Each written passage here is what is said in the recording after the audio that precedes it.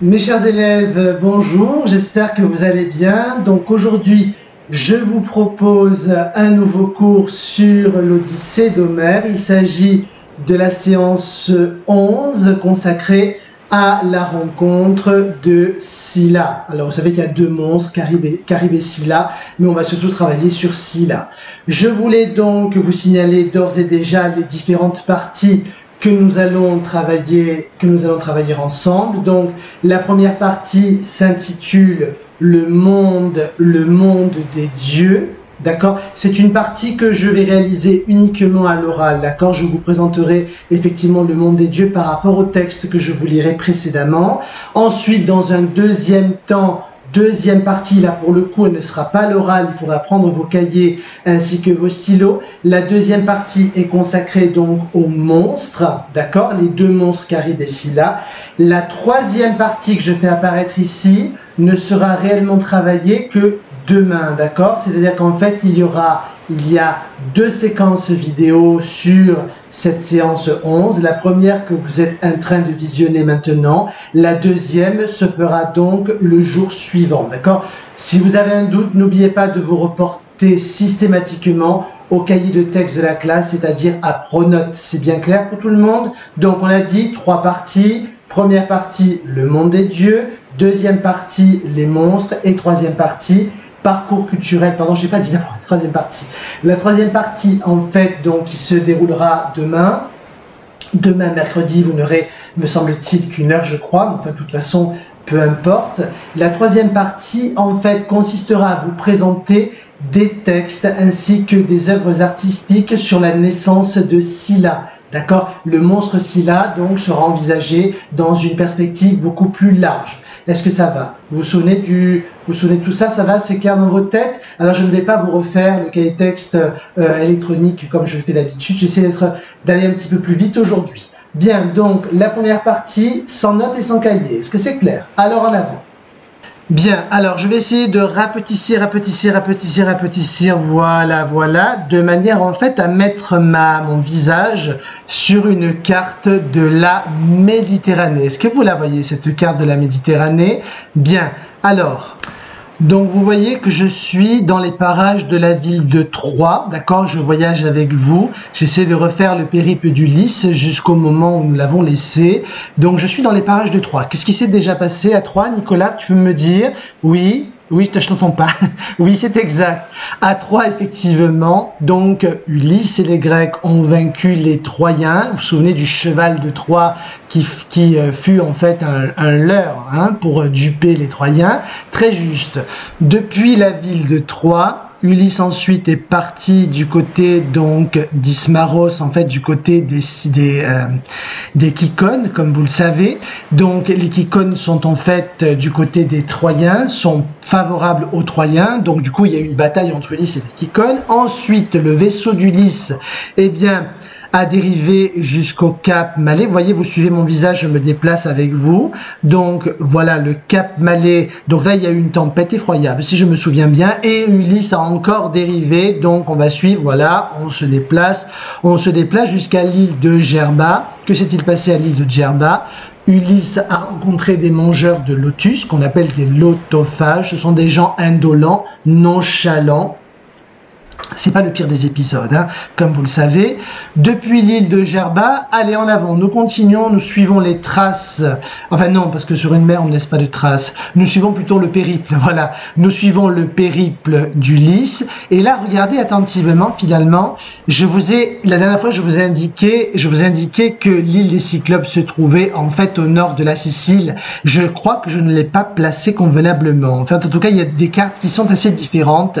Et là, je suis en train de vous montrer une autre carte où finalement l'île des Cyclopes n'est pas, comme je le pensais, à la pointe nord de la Sicile, mais beaucoup plus au nord encore, beaucoup plus proche finalement de la botte italienne. Donc regardez, je me dirige doucement vers l'île des Cyclopes et en fait, tous les épisodes que nous avons analysés se situent grosso modo au même endroit, à savoir Circé, les cyclopes, les sirènes. Et regardez un peu plus en bas, vous avez aussi Charibe et Scylla que nous allons analyser aujourd'hui, le fameux détroit de Messine qui en fait se situe entre la Sicile et la botte italienne. Bon, est-ce que ça va pour tout le monde? Donc, par quoi est-ce qu'on a après donc l'île des Lotophages, l'île de Djerba, que s'est-il passé? Eh bien, il y a eu dans l'ordre, donc après les Lotophages, il y a eu les Cyclopes. Des Cyclopes, donc, nous sommes allés sur l'île de Circé. De l'île de Circé, donc, nous avons rejoint les sirènes. Vous savez aussi qu'entre-temps, Ulysse va rencontrer l'âme des morts, hein, notamment l'âme du devin Tirésias qu'Ulysse va interroger. Et donc, on termine aujourd'hui par donc Charibe et Scylla. Alors, je vais analyser le passage, je vais analyser en fait les propos de Circé lorsque Circé parle de la rencontre, évoque la rencontre de Charibe et Scylla à Ulysse. Ça va, c'est clair? Alors, je vais de nouveau agrandir ma tête, voilà, de manière à occuper tout l'écran.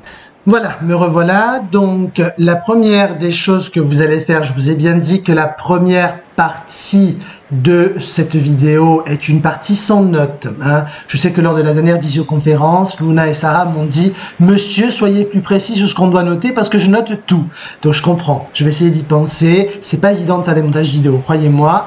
Donc pour l'instant, ce que vous allez faire, c'est vous allez prendre votre manuel de français que je vous montre sur votre droite, d'accord? Vous prenez votre manuel de français à la page 130, d'accord? Vous avez une double page 130, 131, sur laquelle vous avez le texte ainsi que les questions sur le texte. Comme vous le savez, vous avez deux méthodes, ou bien vous suivez le texte sur l'enregistrement vidéo, ou bien vous le suivez sur le manuel. Pour reposer vos yeux, je vous conseille de le suivre sur le manuel. Alors, c'est parti, en avant pour la lecture. En avant. Circé avait informé Ulysse des dangers qui l'attendaient après avoir échappé aux sirènes. « Je vais t'indiquer les chemins qui s'ouvrent des deux côtés. Là sont des roches saillantes, appelées par les dieux bienheureux roches errantes. Au milieu du premier rocher se trouve une caverne obscure tournée vers le couchant. C'est là, noble Ulysse, qu'il faut diriger ton vaisseau. Un homme jeune encore qui de son creux navire lancerait une flèche contre cette grotte n'en atteindrait pas le fond. Scylla pousse d'affreux rugissements. Sa voix est semblable à celle d'un jeune lion et personne ne se réjouit à la vue de ce monstre terrible, pas même un dieu. Scylla possède 12 griffes horribles et 6 coups d'une longueur démesurée. À chacun d'eux est attachée une tête effrayante où paraît une triple rangée de dents serrées et nombreuses auxquelles est accrochée la mort noire. Au milieu de son corps est plongé, le milieu de son corps est plongé dans la vaste caverne. Ce monstre ne fait sortir du gouffre que ses têtes hideuses. Il les promène autour de l'écueil, puis saisit et dévore les dauphins, les chiens de mer et les énormes baleines que nourrit par milliers la bruyante amphitrite. Aucun marin ne se glorifie d'avoir échappé sain et sauf aux fureurs de ce monstre terrible, car Scylla saisit toujours un homme par chacune de ses têtes et l'arrache à son navire à la proue couleur d'azur. Ulysse, l'autre écueil que tu verras est plus bas, très près de l'autre. À son sommet s'élève un figuier chargé de feuilles. Au-dessous de ce figuier est la formidable Charibe, qui 3 fois par jour engloutit sans cesse l'eau noire et la rejette, et 3 fois encore l'avale en poussant des mugissements effroyables. Qu'il ne t'arrive donc point de passer en ces lieux lorsque Charibe absorbe les eaux de la mer, car nul ne pourrait t'arracher à la mort, pas même le puissant Poséidon. Rapproche-toi de Scylla et dirige ton navire en effleurant l'écueil. J'adresse aussitôt à Circé ces paroles. Déesse, dis-moi toute la vérité. Si j'évite la funeste Charibe, pourrais-je combattre l'autre monstre quand il attaquera mes guerriers?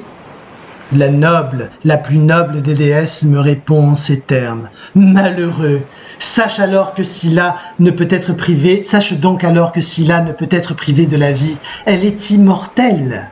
Scylla est un monstre terrible, sauvage, cruel, qu'on ne peut combattre. Il est impossible de se défendre contre elle, et le plus sûr est de fuir. Si tu restes auprès de Scylla pour lutter avec elle, je crains bien que s'élançant de nouveau, elle n'engloutisse autant de guerriers qu'elle a de têtes. Navigue donc avec vitesse en implorant la mère de Scylla, Crataïs, qui donna le jour à ce monstre. Elle l'empêchera peut-être de s'élancer sur vous tous. Homère, Odyssée, chant 12, traduction et adaptation par C. Bertagna. Alors, en avant donc pour la première partie de cette vidéo, donc de ce mini-reportage en quelque sorte sur le texte. Donc la première partie, je vous le rappelle, s'intitule le monde des dieux. Je vais vous montrer effectivement que les dieux interviennent de manière systématique, non seulement de manière générale dans les textes d'Homère, mais dans celui-ci en particulier, d'accord? Et pour cela, qu'est-ce que je vais faire? Je vais faire en fait apparaître des textes sur donc ce faux tableau que vous voyez ici. Je fais apparaître des textes et je fais coïncider les textes avec les divinités gréco-romaines. Ça va? C'est clair? Tenez, prenons par exemple le premier texte, le premier fragment important que vous avez dans le texte d'Homère, c'est « La plus noble des déesses me répond en ces termes ». D'accord? C'est vers la fin du texte que vous allez trouver cette citation. Vous pouvez d'ailleurs vous reporter à votre manuel pour le vérifier. Donc je répète, « La plus noble des déesses me répond en ces termes ». De qui s'agit-il? Alors, de qui s'agit-il? La plus noble des déesses me répond en ces termes. Évidemment, il s'agit de la narratrice, c'est-à-dire, regardez, je vous montre ici un tableau de John William Waterhouse. Il s'agit bien sûr de la déesse Circé, qui est narratrice, c'est-à-dire que c'est elle qui, c'est elle en fait qui va évoquer Scylla, qui va évoquer Charybde, qui va décrire Scylla et Charybde, et aussi qui va raconter l'histoire en quelque sorte, d'accord? Alors, je ne sais pas dans quelle mesure est-ce que je peux dire narratrice, parce que finalement, est-ce que réellement Circé raconte une histoire dans le passage? En tout cas, dans tous les cas de figure, c'est bien elle qui prend la parole, ça c'est sûr. Et elle prend la parole pour décrire des monstres. Donc, première chose. Deuxième passage qui m'intéresse, d'accord, toujours dans le texte donc, que nous travaillons ensemble, le texte de votre manuel, page 130, 131.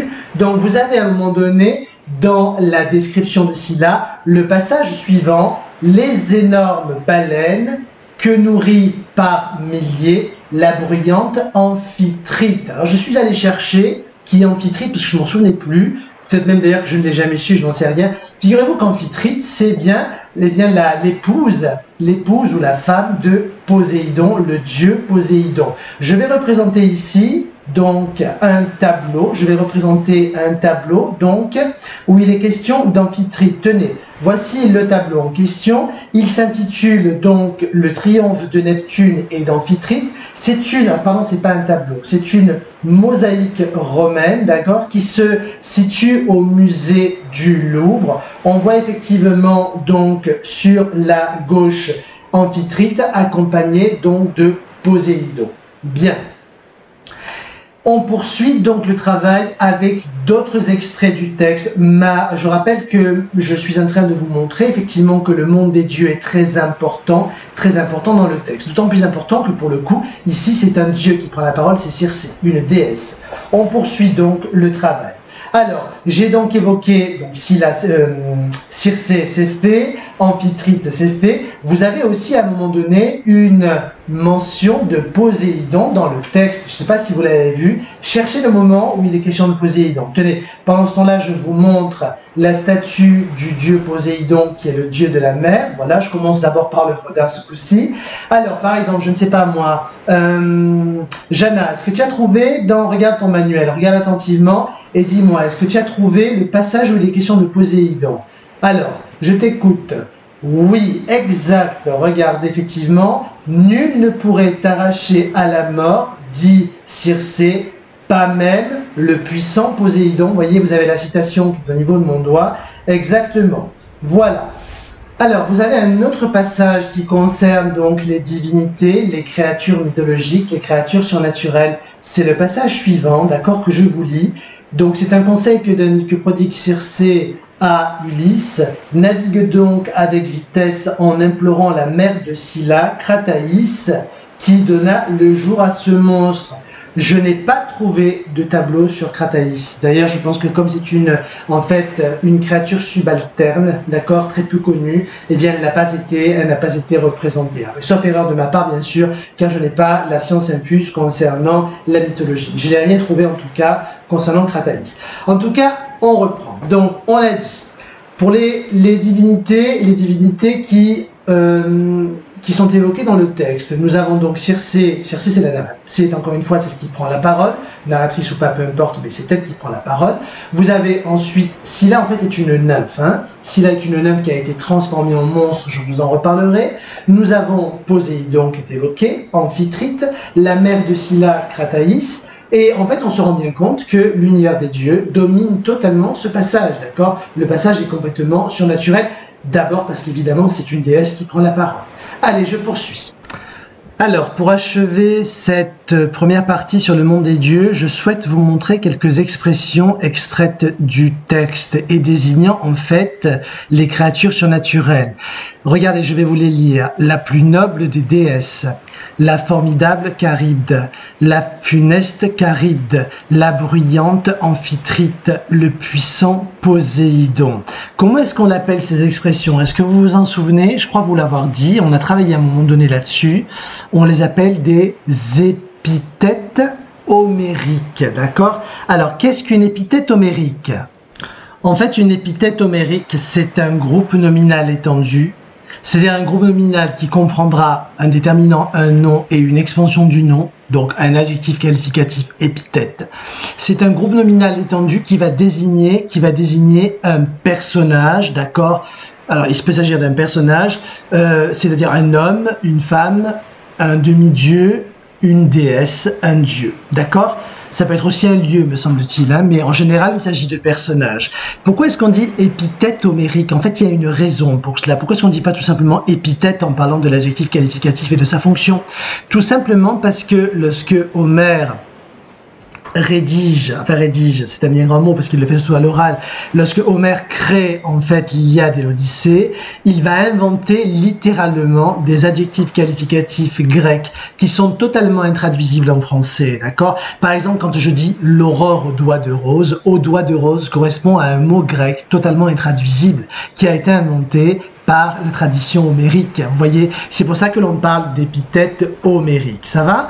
Donc, je veux bien vous dire que dans les épithètes homériques, forcément, il y a un adjectif qualificatif épithète qui se rapporte à un nom. Donc, ce qu'on va faire maintenant, c'est repérer, juste pour faire une petite parenthèse grammaticale, on va repérer les adjectifs qualificatifs épithètes dans chacune des expressions que vous avez sur votre droite. Alors, en avant, par exemple, je vais demander à Pierre, dans la première expression, la plus noble des déesses, dis-moi, où est l'épithète homérique? Alors, oui, tu as raison, c'est l'adjectif qualificatif noble que je vais encadrer. Voilà, et la question c'est donc à quel nom se rapporte l'adjectif noble, Pierre? Il se rapporte au nom déesse. Alors, on continue. Je vais maintenant m'intéresser à l'expression la formidable Charybde. La formidable Charybde, par exemple, Farad, dis-moi, où est l'adjectif qualificatif? Oui, c'est formidable. À quel nom cet adjectif se rapporte-t-il? Au nom propre, Charybde. On poursuit avec la troisième épithète homérique, la funeste Charybde. Chloé, peux-tu me dire où est l'adjectif qualificatif, s'il te plaît? Funeste, très bien. À quel nom se rapporte l'adjectif funeste? Au nom Charybde, très bien. Je poursuis avec la bruyante Amphitrite, donc c'est facile, encore une fois. Alors, par exemple, je vais demander à Mathias, où est l'adjectif qualificatif? C'est l'adjectif qualificatif bruyante. À quel nom se rapporte bruyante? Donc à Amphitrite, qui est donc l'épouse de Poséidon. Dernière épithète homérique, le puissant Poséidon. Alors, par exemple, Greta, dis-moi Greta, où est l'adjectif qualificatif? C'est l'adjectif qualificatif puissant. À quel nom se rapporte-t-il? Au nom Poséidon, qui est le dieu de la mer. Alors, j'aimerais faire maintenant avec vous quelques remarques sur ces adjectifs qualificatifs. Commençons par l'adjectif formidable, du latin formidare, d'accord? En fait, qui suggère la crainte, hein? Formidare, je crois que ça veut dire crainte, effectivement, en latin. Il faut que je vérifie, mais je ne l'ai pas fait. Enfin bref, donc formidable donc a une étymologie latine importante et qui renforce donc l'idée de crainte. Caride est une personne qui doit être crainte. Funeste signifie quoi? Funeste signifie en fait qui provoque la mort, hein, et qui provoque donc le désespoir lié à la mort. Bruyante, puissant, aucun problème. Je voulais qu'on fasse une petite remarque maintenant sur la place de l'adjectif qualificatif. Vous savez qu'en grammaire française, l'adjectif qualificatif épithète peut être placé derrière le nom ou devant le nom. Lorsqu'il est devant le nom, il y a deux raisons. La première raison, c'est parce qu'il est monosyllabique, comme par exemple noble, d'accord. La deuxième raison, c'est lorsque l'adjectif en fait, eh bien, a un sens qui est renforcé. Parce que la règle, c'est lorsqu'un adjectif est polysyllabique, il se place derrière le nom. Si on le met devant, c'est pour renforcer son sens. Autrement dit, si je dis amphitrite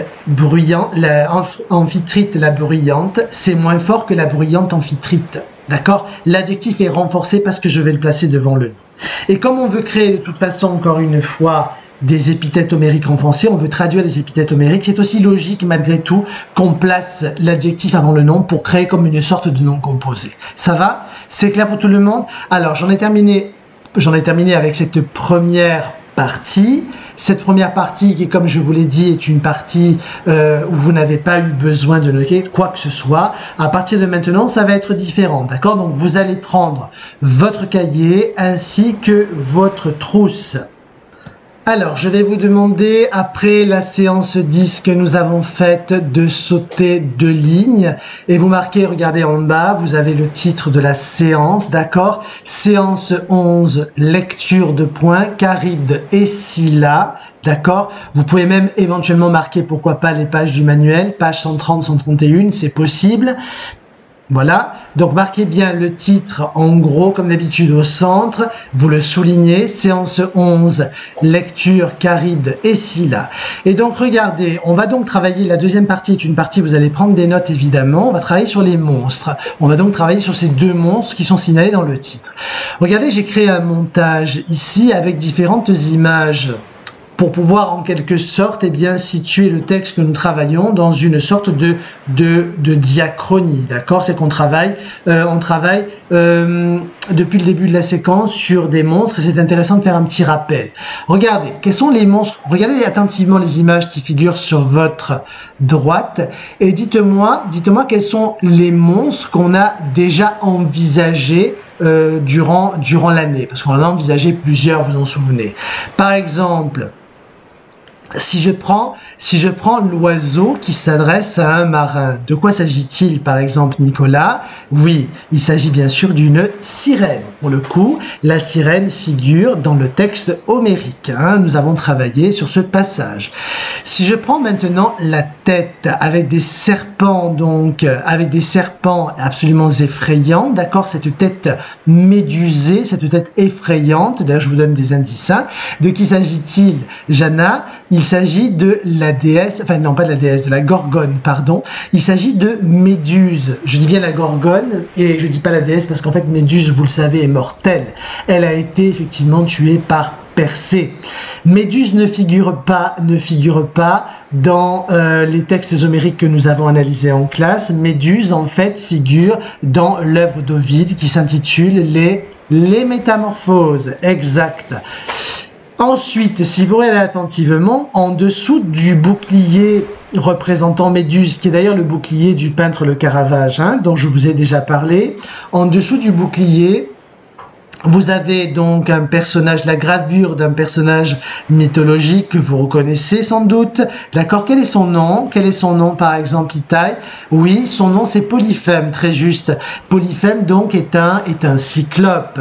On a travaillé effectivement sur le passage, la rencontre d'Ulysse et du cyclope dans le texte d'Homère, dans l'Odyssée d'Homère. Donc si je résume, en fait on a Pour niveau des monstres, on a vu les sirènes, on a vu les cyclopes. Je laisse de côté donc Méduse qui a été travaillée dans une séquence précédente.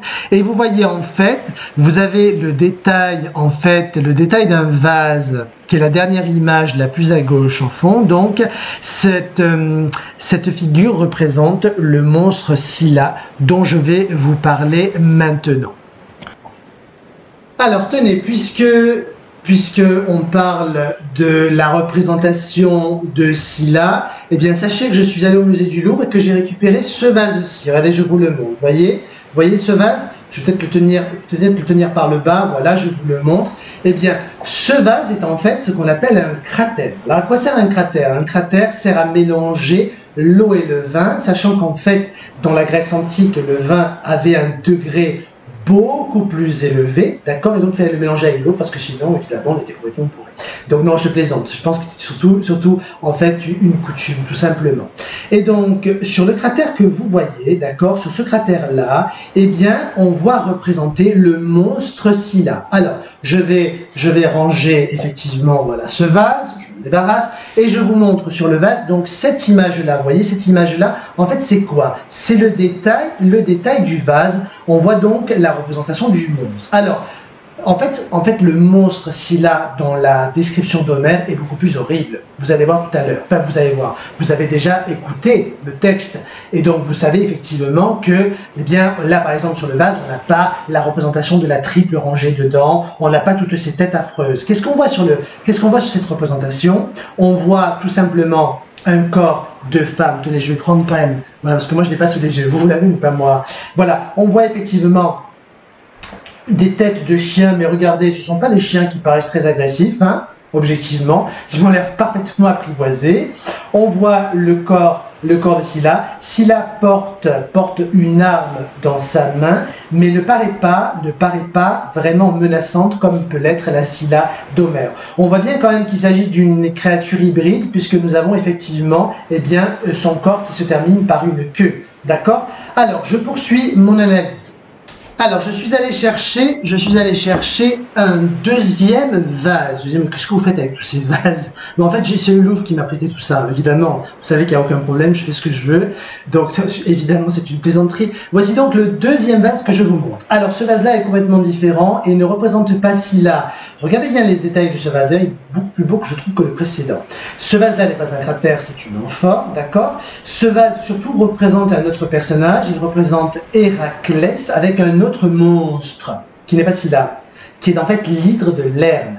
Sauf que finalement, la représentation de l'hydre de Lerne que vous voyez ici est beaucoup plus, on dirait beaucoup plus proche de la représentation de Scylla que vous avez dans l'œuvre d'Homère. Pourquoi? Parce que vous avez toutes ces têtes, effectivement, qu'Héraclès tente de vaincre. Alors, je vais poser ce vase-là, voilà, et je vais maintenant vous montrer donc une représentation, donc un dessin de la lutte entre Héraclès et l'hydre de Lerne. Vous avez compris, c'est une image qui a été faite à partir du vase. Et donc, vous voyez effectivement que, eh bien, Scylla n'est pas le seul monstre à avoir plusieurs têtes dans la mythologie gréco-romaine. Suivant la légende, chaque fois que l'on coupe la tête de l'hydre de Lerne, qu'on coupe une des têtes, eh bien, elle repousse.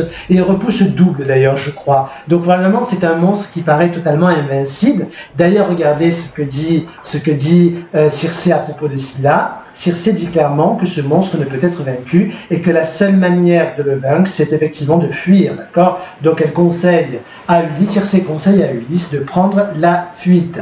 Alors, ça c'était pour l'instant vous allez dire, monsieur, on n'a encore rien noté. Ça va commencer, ne vous inquiétez pas, je n'oublie pas la trace écrite que vous devez reproduire sur votre cahier. Allez, je continue.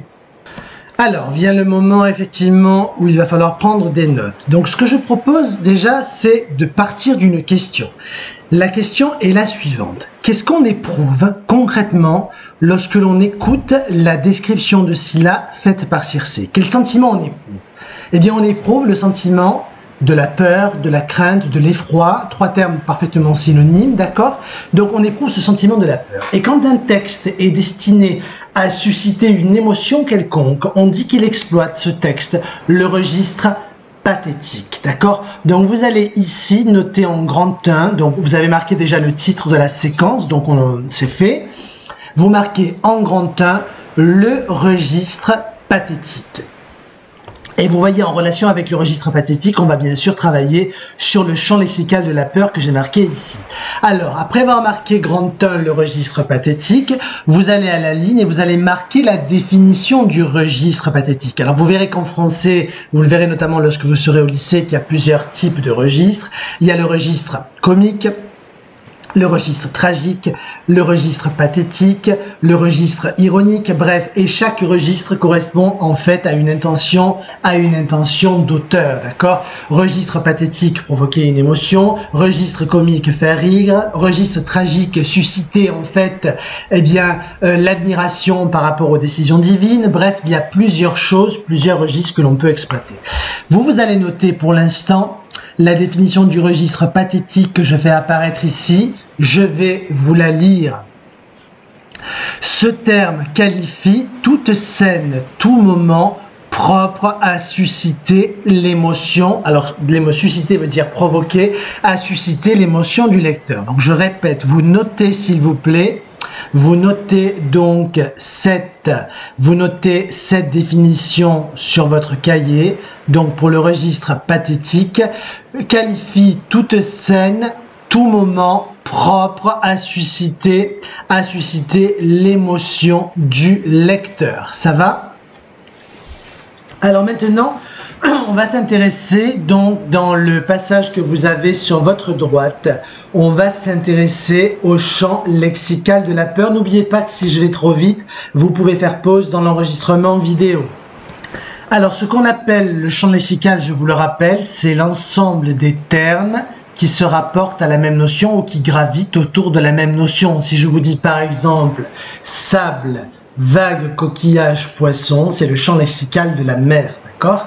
Donc là, nous allons chercher dans le texte qui est sur votre droite, nous allons chercher les mots qui ressortissent au champ lexical de la peur. Vous, ce que vous allez faire, c'est que vous allez dessiner le sac que j'ai représenté, d'accord? C'est un sac de mots.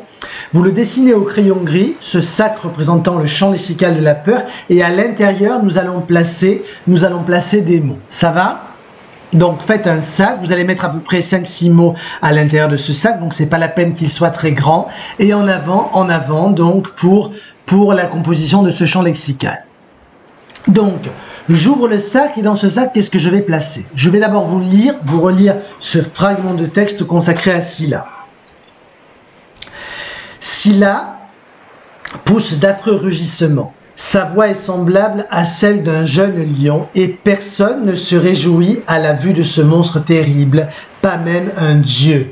Scylla possède 12 griffes horribles et 6 coups d'une longueur démesurée. À chacun d'eux est attachée une tête effrayante où paraît une triple rangée de dents serrées et nombreuses, auxquelles est accrochée la mort noire. La plus noble des déesses, donc ça c'est un autre passage, hein. La plus noble des déesses me répond en ces termes. Malheureux, sache donc alors que Scylla ne peut être privée de la vie, elle est immortelle. Scylla est un monstre terrible, sauvage, cruel, qu'on ne peut combattre. Il est impossible de se défendre contre elle et le plus sûr est de fuir. Alors en avant pour les termes qui ressortissent au champ lexical de la peur. Olivier, est-ce que tu as trouvé un terme? Oui, le terme affreux. Alors j'ai pris la préposition avec, c'est pas grave. Je vais placer le mot, oh, qu'est-ce qui s'est passé? Voilà, je vais placer le mot affreux effectivement à l'intérieur du sac. Donc vous écrivez le mot affreux, vous aussi, c'est bien clair? Voilà, affreux. Allez, on cherche d'autres termes qui appartiennent au champ lexical de la peur. Qu'est-ce qu'on a encore? On a, alors, par exemple, je vais demander à Pierre, qu'est-ce que nous avons comme terme? Le terme horrible fait référence au champ lexical de la peur, effectivement, d'accord? Très bien, le terme horrible. Ensuite, d'autres termes. Par exemple, Arthur, oui, le terme effrayante que je vais déplacer ici. Effrayante est aussi un terme qui appartient au champ lexical de la peur. C'est très bien. On poursuit le travail. Alors, il me reste un terme que nous avons oublié dans la détermination de ce champ lexical. Par exemple, donc Amaya, je t'écoute. Oui, nous avons oublié terrible. Très bien, que je vais placer ici.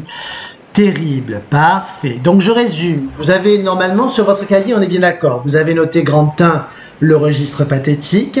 Vous avez marqué la définition du registre pathétique et vous avez dessiné ce sac dans lequel nous avons des mots qui représentent le champ lexical de la peur. Ça va pour tout le monde? Si je regarde donc maintenant, ce que je vais faire, c'est que je vais en fait directement sur le texte vous encadrer les termes. Donc on a encadré. On a donc pris les termes suivants: affreux, terrible, horrible, ici, effrayante. Exact. Et en fait, ce que je voulais vous dire ici, c'est que le terme terrible est répété ici. Voyez, vous avez un monstre terrible. Voilà. Donc la répétition signifie quand même signifie que Circé insiste sur le caractère absolument effrayant du monstre Scylla. Ça va? Donc ça, c'est un premier travail. Alors, sachez que pour susciter l'effroi, c'est un terme littéraire qui veut dire la peur, hein, pour susciter une très grande peur. Pour susciter l'effroi d'Ulysse, Circé ne va pas simplement utiliser le champ lexical de la peur, elle va aussi utiliser des procédés, d'accord? Des procédés qu'on appelle des figures de style, on dit aussi des figures de rhétorique. Au nombre desquelles, eh bien, il faut compter par exemple, alors est-ce que vous connaissez des figures de style de la rhétorique? Oui, j'imagine, on en a vu quelques-unes en classe de 6e, non? Allez, je vous écoute. Comment appelle-t-on par exemple le rapprochement de deux réalités sans outil de comparaison? On l'appelle une métaphore. Très bien, je vais apparaître le mot métaphore ici, hein. On l'appelle une métaphore. Comment appelle-t-on justement le rapprochement de deux réalités, mais avec un outil de comparaison ce coup-ci? Ben, une comparaison, évidemment. Comment appelle-t-on la représentation concrète de quelque chose d'abstrait? Par exemple, si je représente une femme les yeux bandés avec une balance, c'est de la justice, on va dire une allégorie, exact, une allégorie de la justice. Enfin bref, il y a plusieurs figures de rhétorique. Par exemple, si je dis un vent a décorné les bœufs, le vent ne peut pas enlever les cornes aux bœufs, j'exagère à outrance, je produis ce qu'on appelle une hyperbole.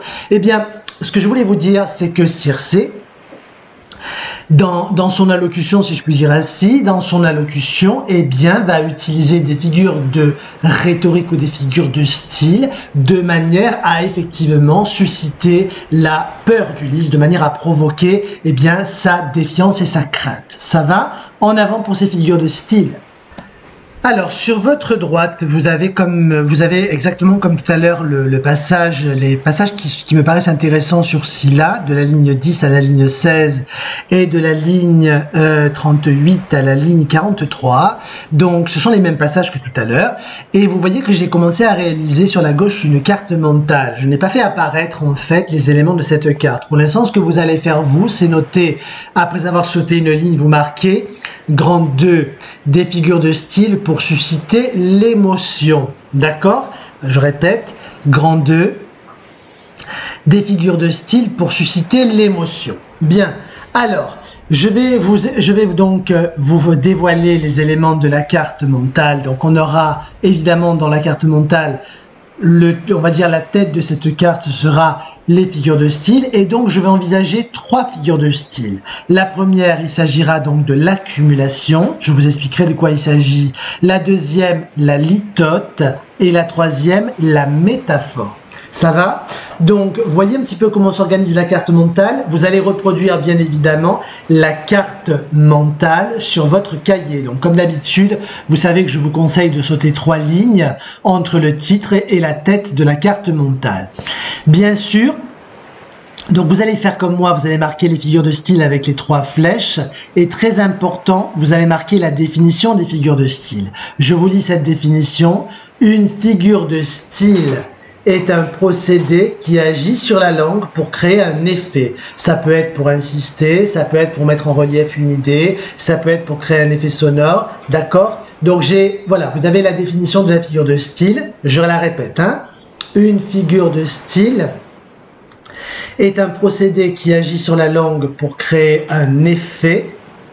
Une figure de style est un procédé qui agit sur la langue pour créer un effet.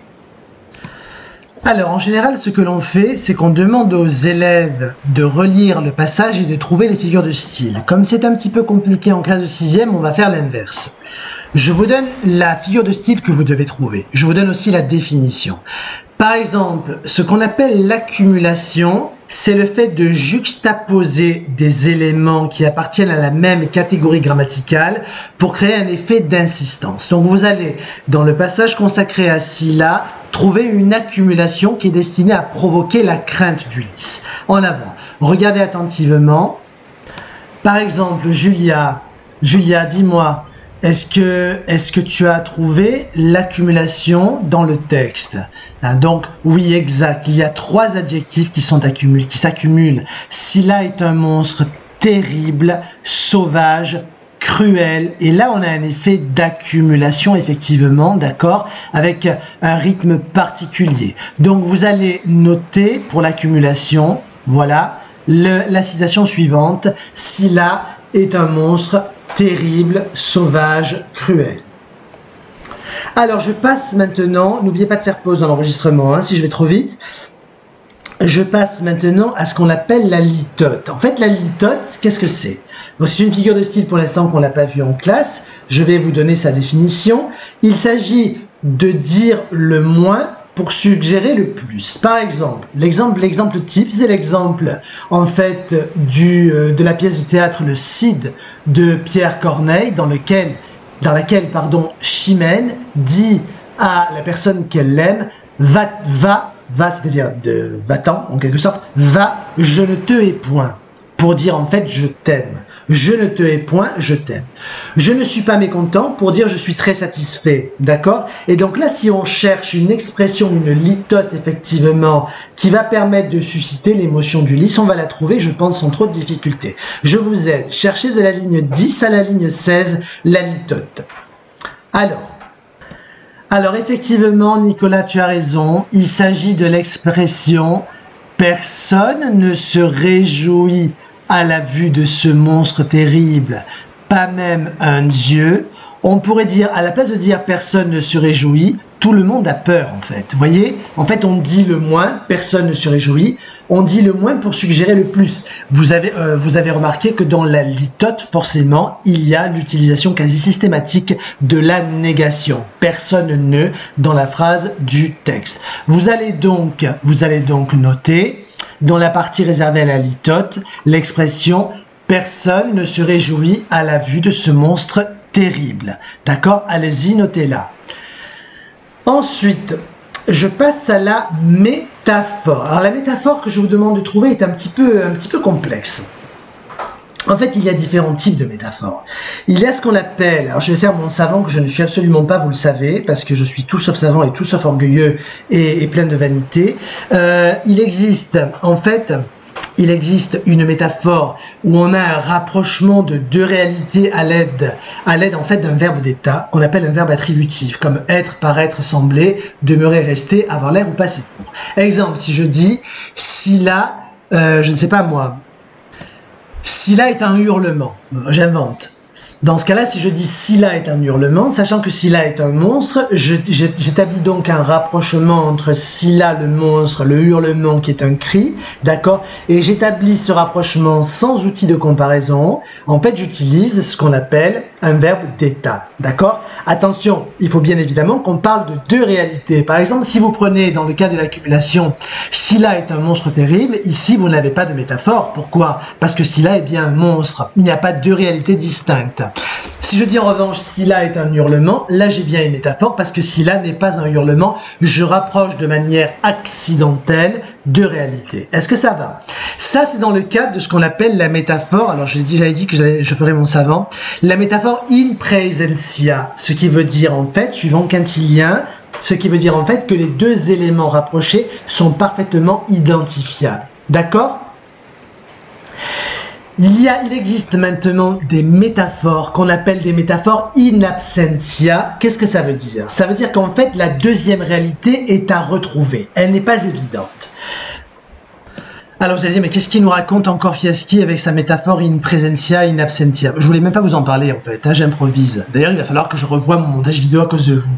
Donc, qu'est-ce que je veux dire? Je vais l'écrire ici, d'accord? La métaphore in presentia, rapprochement de deux réalités à l'aide d'un verbe d'état en général. Les deux réalités sont clairement identifiables. Et la métaphore in absentia, ça veut dire qu'en fait, il faut retrouver la réalité. Regardez par exemple, si je dis, et je vais faire apparaître la phrase pareil à droite, si je dis « le silence me dévore », est-ce que vous voyez les deux réalités? Non, vous ne les voyez pas. Vous voyez une réalité qui est une réalité qui est le silence, et l'autre réalité, elle n'existe pas puisque vous avez un verbe. Mais sauf que le verbe dévorer suggère quelle réalité? La réalité évidemment du chien qui dévore, ou du loup, ou du monstre. Autrement dit, ici on est en présence d'un autre type de métaphore qu'on appelle la métaphore in absentia, c'est-à-dire en l'absence de. Est-ce que c'est compris ça? Ça va? Donc je vais revenir au texte maintenant et vous allez me trouver une métaphore effectivement, une métaphore qui est moins visible que la métaphore traditionnelle. En avant. Alors, peut-être que je vous demande des choses un peu trop difficiles, parce que là, je vois que j'interroge les élèves et que personne ne répond. Donc, regardez, je vous montre, je vous aide. Ici, vous avez « où paraît une triple rangée de dents serrées et nombreuses, auxquelles est accrochée la mort noire. » Auquel est accrochée la mort noire. Donc déjà, vous allez noter la métaphore ici, « auquel est accrochée la mort noire » et je vais vous l'expliquer. C'est bon, vous l'avez noté ? Alors, c'est bien effectivement une métaphore in absentia ou métaphore au second degré. D'accord? Sachant que le premier degré, comme je vous l'ai dit, c'est la métaphore où vous avez un verbe d'état. Pourquoi au second degré? Parce qu'en fait, regardez, la mort noire, déjà, la mort n'a pas de couleur. Première chose. Donc, on a une première réalité qui est observable, qui est la mort. Très bien. La mort ne peut pas être noire parce que la mort n'a pas de couleur et la mort ne peut pas être accrochée. Si je dis que la mort est accrochée, ça signifie que la mort en fait est un corps solide, est un corps palpable. Donc en fait on a le rapprochement de deux réalités entre la mort et bien un corps, une forme, d'accord, qui peut avoir une couleur. C'est clair cela?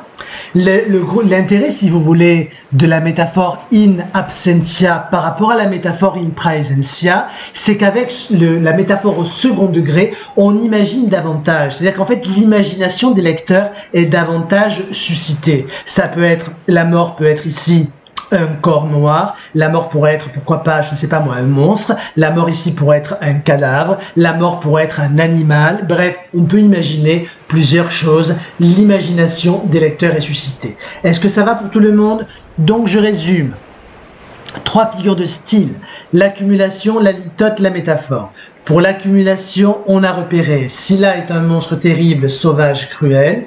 Pour la litote, on a repéré personne ne se réjouit à la vue de ce monstre terrible. Et pour la métaphore, auquel est accrochée la mort noire.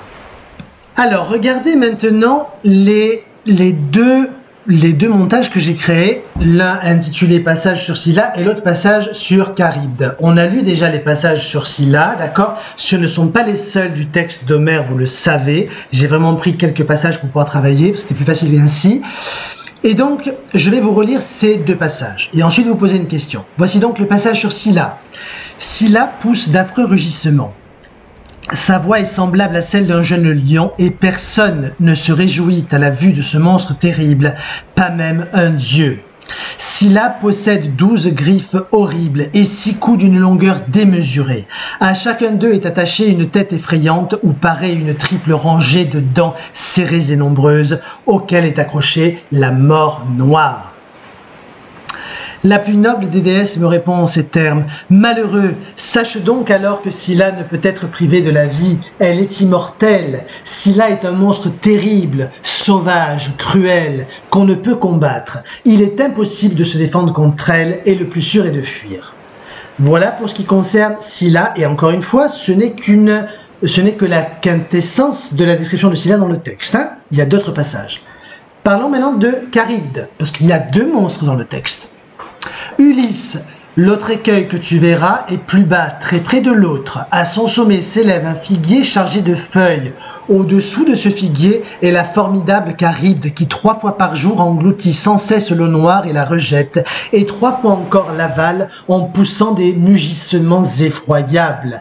Qu'il ne t'arrive donc point de passer en ces lieux lorsque Charybde absorbe les eaux de la mer, car nul ne pourrait t'arracher à la mort, pas même le puissant Poséidon. Bien. Nous allons rapidement donc repérer dans le passage sur Scylla les adjectifs qui se rapportent à la description du monstre, d'accord? Donc on avait vu qu'il y avait affreux, ensuite les adjectifs, alors semblable est un adjectif mais s'il n'est pas épithète je ne le prends pas. Alors adjectif et expansion du nom, d'accord? Donc on a aussi terrible ici, adjectif pardon et par exemple groupe prépositionnel complément du nom, horrible, d'une longueur démesurée se rapporte à cou, effrayante se rapporte à tête, ou paraît une triple rangée. Ici on a une proposition subordonnée relative, même regardez on a tout ça, en fait on a 2 propositions subordonnées relatives ici qui se rapportent à tête, une tête effrayante ou paraît une triple rangée de dents serrées et nombreuses auxquelles est accrochée la mort noire. Vous voyez, tout ça se rapporte à tête effectivement. À l'intérieur il y a une autre relative, il y a d'autres adjectifs qualificatifs ici qui se rapportent aux dents. Serré est un participe passé employé comme adjectif qualificatif, etc. Je m'arrête là, d'accord? Regardez maintenant le passage qui est consacré à Charybde. Il n'y a rien d'autre sur Charybde, c'est la seule chose que nous ayons dans le texte. On cherche les adjectifs qui se rapportent à Charybde. Ne me dites pas chargé de feuilles, parce que chargé de feuilles se rapporte à figuier, d'accord?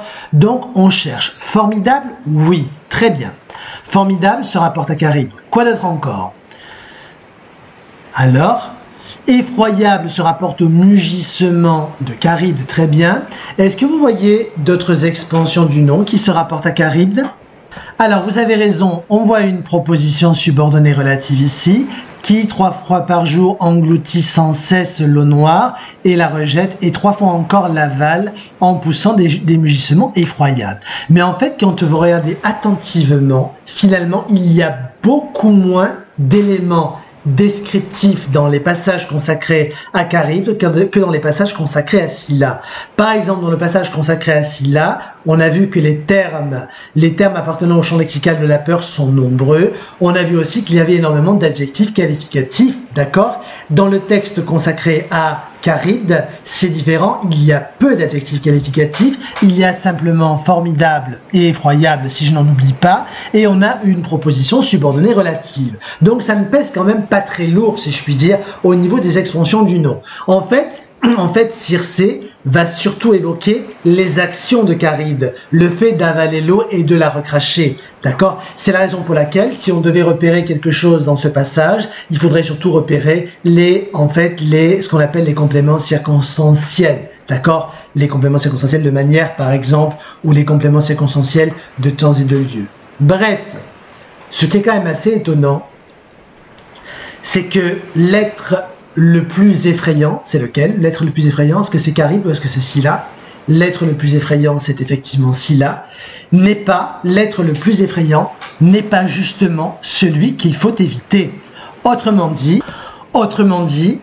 ce n'est pas parce qu'on est monstrueux, qu'on est effrayant, qu'on est forcément dangereux. Entre les 2 monstres, Scylla et Charybde, Circé conseille à Ulysse d'éviter Charybde, parce que Charybde, assurerait la mort à tous les compagnons d'Ulysse. Et pourtant, regardez, si je vous demande de me décrire Charybde, comment est-ce que vous la décririez? Pour vous, c'est juste un monstre marin. Vous ne savez absolument rien d'autre d'elle. D'ailleurs, à quoi pensez-vous? À quel phénomène naturel pensez-vous lorsque je vous parle de Charybde? Oui, vous pensez au tourbillon, effectivement, qui engloutit les navires, d'accord? Vous pensez au tourbillon. Et Scylla, qui paraît absolument monstrueuse, finalement, pourrait se rapprocher d'un animal marin. À quoi pensez-vous? Souvenez-vous, je vous ai montré un tableau. D'ailleurs, je vous le remontre. Regardez, c'est une gravure qui appartient donc à une édition anglaise des légendes grecques. Regardez cette gravure, regardez les têtes. À quel monstre pensez-vous? On l'a dit, vous pensez à un poulpe ou à une pieuvre qui est beaucoup plus grosse qu'un poulpe. Donc en fait, finalement, on a quoi? pour revenir à ce que je disais, on a deux monstres. Le plus effrayant n'est pas le plus dangereux. Donc c'est peut-être aussi une leçon de vie. Il faut peut-être pas se laisser décontenancer par l'aspect effrayant d'une personne. Il faut savoir évaluer le danger réel. En même temps, j'ai envie de vous poser la question suivante. Pourquoi, d'après vous, Circé insiste-t-elle à ce point-là sur le caractère horrible de Scylla? Pourquoi le fait-elle? Quel est son objectif d'après vous? Pourquoi? Vous allez me dire, oui, son objectif, c'est de faire peur à Ulysse. Très bien. Et pourquoi veut-elle faire peur à Ulysse? C'est sans doute aussi pour lui éviter de faire quelque chose. Et oui, le but, c'est d'éviter qu'Ulysse ne combatte contre le monstre. Parce qu'on a vu qu'Ulysse est quand même une personne assez orgueilleuse, sûre d'elle, d'accord, qui veut toujours affronter le danger. Et Circé, qui est amoureuse d'Ulysse, je vous le rappelle, ne veut pas qu'Ulysse se confronte à Scylla. Donc en fait, toute la description du monstre est orientée à cette fin-là. Éviter qu'Ulysse ne combatte. Ça va? Bien. Alors, je vais maintenant vous proposer, pour terminer cette séance un peu longue, je vais vous proposer donc un travail sur le vocabulaire. Pourquoi sur le vocabulaire? Parce qu'en fait, l'expression aller de Charybde en Scylla, d'accord, ou tomber de Charybde en Scylla existe dans la langue française et elle a une signification, d'accord, que vous allez retrouver dans le jeu que je vous propose maintenant. Allez, c'est parti. Alors, vous allez sauter une ligne après le grand 2 et vous marquez maintenant grand 3, vocabulaire, les expressions liées à la mythologie, et on va jouer, en fait, regardez, en fait, vous avez sur votre gauche des expressions que j'ai cachées, d'accord, et que vous allez noter sur chaque ligne. Ensuite, vous avez des définitions de ces expressions et des images. Donc, on va les faire correspondre, d'accord. Le but, c'est de voir quelles sont les traces de la mythologie gréco-romaine dans la langue française. Ça va? Donc, marquez bien grand 3, vocabulaire, les expressions liées à la mythologie, c'est fait. Et donc, vous allez marquer une expression sur chaque ligne. Première expression, vous allez marquer « écouter le chant des sirènes ». D'accord? Alors, pardon, pas sur chaque ligne. Je pense qu'il faut marquer une expression, sauter une ligne, une deuxième expression, parce que sinon, vous n'aurez pas la place. Donc, marquez l'expression « écouter le chant des sirènes ». Sauter une ligne, marquez ensuite l'expression « ouvrir la boîte de Pandore ». D'accord? On travaille sur les expressions liées à la mythologie. Sauter une ligne, marquez l'expression « être narcissique ». Marquez l'expression « être narcissique ». Sauter encore une ligne, marquez l'expression « être médusé ». Et enfin, j'aurais peut-être dû d'ailleurs commencer par celle-là, l'expression donc « tomber ou aller de Charybde en Scylla ». D'accord? Qui est parfaitement lié au texte que nous travaillons présentement. Donc je répète, vous notez donc à chacun en sautant une ligne entre chaque expression, écouter le chant des sirènes, ouvrir la boîte de Pandore, être narcissique, être médusé, tomber ou aller de Charybde en Scylla. Prenez le temps de noter ces expressions, de bien sauter une ligne entre chacune d'entre elles. Faites pause d'enregistrement vidéo si vous manquez de temps. Alors maintenant, on va déplacer les définitions des expressions au bon endroit. Par exemple, regardez, si je dis se laisser séduire par des tromperies, vous voyez ici, ce cas, voilà, ce rectangle que je déplace, se laisser séduire par les tromperies, ça correspond à quoi? Est-ce que ça correspond à tomber ou aller de Charybde en Scylla, écouter le chant des sirènes, ouvrir la boîte de Pandore? Cela correspond effectivement au chant des sirènes, d'accord, qu'on a vu, vous vous souvenez, le fameux texte d'Homère. On a travaillé sur deux tableaux, d'accord, l'un de John William Waterhouse et l'autre de Draper. Donc, effectivement, écouter le chant des sirènes signifie se laisser séduire par les tromperies. Notez, s'il vous plaît, la définition. Bien. Je continue. Donc, pour le coup, l'expression donc est liée, en fait, à l'œuvre d'Homère. On poursuit. Être admiratif de soi-même, égocentrique, se rapporte à quelle expression dans la langue française? Ça se rapporte, alors par exemple, Sarah, je t'écoute. Oui, exact. Être admiratif de soi-même, égocentrique, ça se rapporte effectivement à être narcissique. Très bien. être narcissique. Est-ce que Narcisse est évoqué par Homère? Non. C'est dans quelle œuvre que nous avons travaillé sur le mythe de Narcisse? C'est dans l'œuvre, effectivement, tu as raison Julia, c'est dans l'œuvre d'Ovide, Les Métamorphoses. Parfait.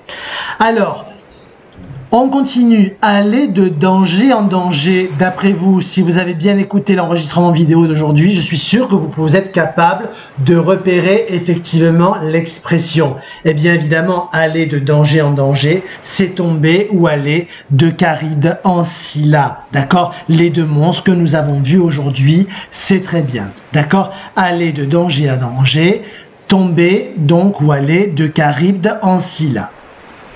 Il nous reste deux expressions à placer. On a être paralysé de stupéfaction et déclencher sans le vouloir des catastrophes. Alors, on a vu en fait ces deux situations-là. Si je prends être paralysé de stupéfaction, ça se rapporte à quel monstre? Ça se rapporte en fait, comment appelle-t-on ce monstre effectivement qui va paralyser simplement en regardant les autres? Et oui, c'est le monstre Méduse qui est une gorgone. Très juste. Eh bien, vous reconnaissez l'expression être médusé. Donc vous écrivez, vous allez écrire dans votre cahier être médusé, être paralysé de stupéfaction. Donc, tout ce que je fais là, vous l'écrivez, on est bien d'accord. Et enfin, ouvrir la boîte de Pandore, c'est déclencher sans le vouloir des catastrophes. Ça va pour tout le monde? Alors, si je résume maintenant, donc on va distinguer ici des expressions qui sont liées à Homère et d'autres qui sont liées à Ovide. Les sirènes, par exemple, c'est Homère. Pardon, excusez-moi. Les sirènes, effectivement, c'est Homère, d'accord. Ensuite, on a aller de Charybde en Scylla, c'est Homère aussi. Très bien, d'accord. Ouvrir la boîte de Pandore, non. Être médusé non plus. Être narcissique. Pour le reste, on a en fait Ovide. Ici, en rouge, je peux mettre effectivement donc le travail qu'on a fait dans une séquence précédente. Alors maintenant, ce que je vais faire, c'est je vais faire coïncider les images avec les expressions. Alors en avant. Regardez attentivement cette image que je vous montre, je vais la grossir ici. Vous voyez cette image? Qu'est-ce qu'on voit? On voit une femme qui ouvre une boîte. Vous la reconnaissez cette femme? C'est encore un tableau de John William Waterhouse parce que je vous ai dit que ce peintre-là s'intéressait beaucoup à la mythologie. Eh bien effectivement, c'est la fameuse boîte de Pandore, vous avez raison. Alors ça, évidemment, vous ne le marquez pas sur le cahier, c'est pas possible. Mais moi, je vais mettre l'image à côté de l'expression. Ouvrir la boîte de Pandore. Parfait.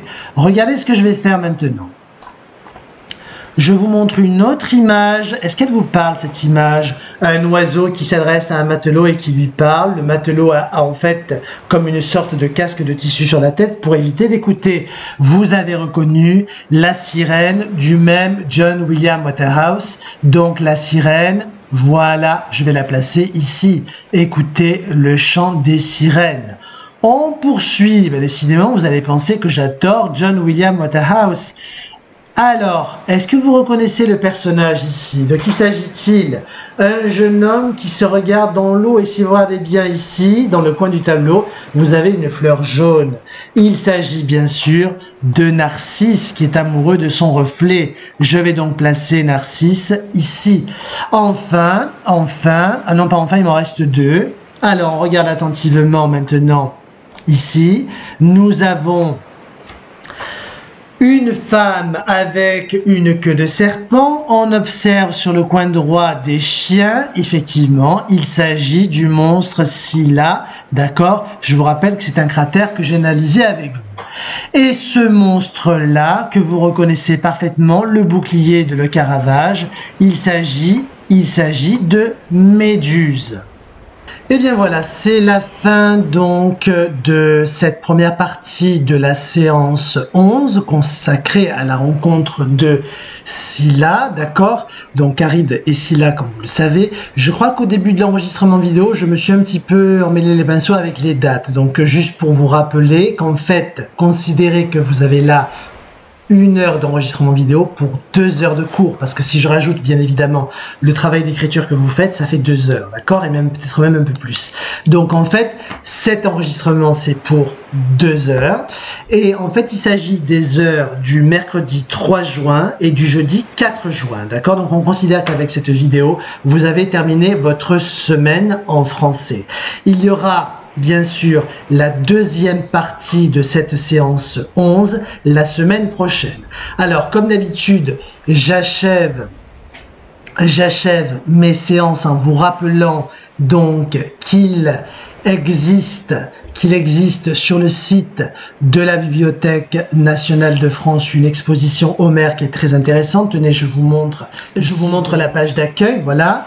D'accord. Donc n'oubliez pas d'aller jeter un œil effectivement à ce site, parce que vraiment vous allez trouver des choses absolument extraordinaires, que ce soit en matière iconographique ou en matière d'analyse, de commentaires, etc. D'accord. Je vous souhaite donc du coup une très bonne journée, mais aussi un très bon week-end, et on se revoit la semaine prochaine. Allez, bon courage, à très bientôt. Au revoir.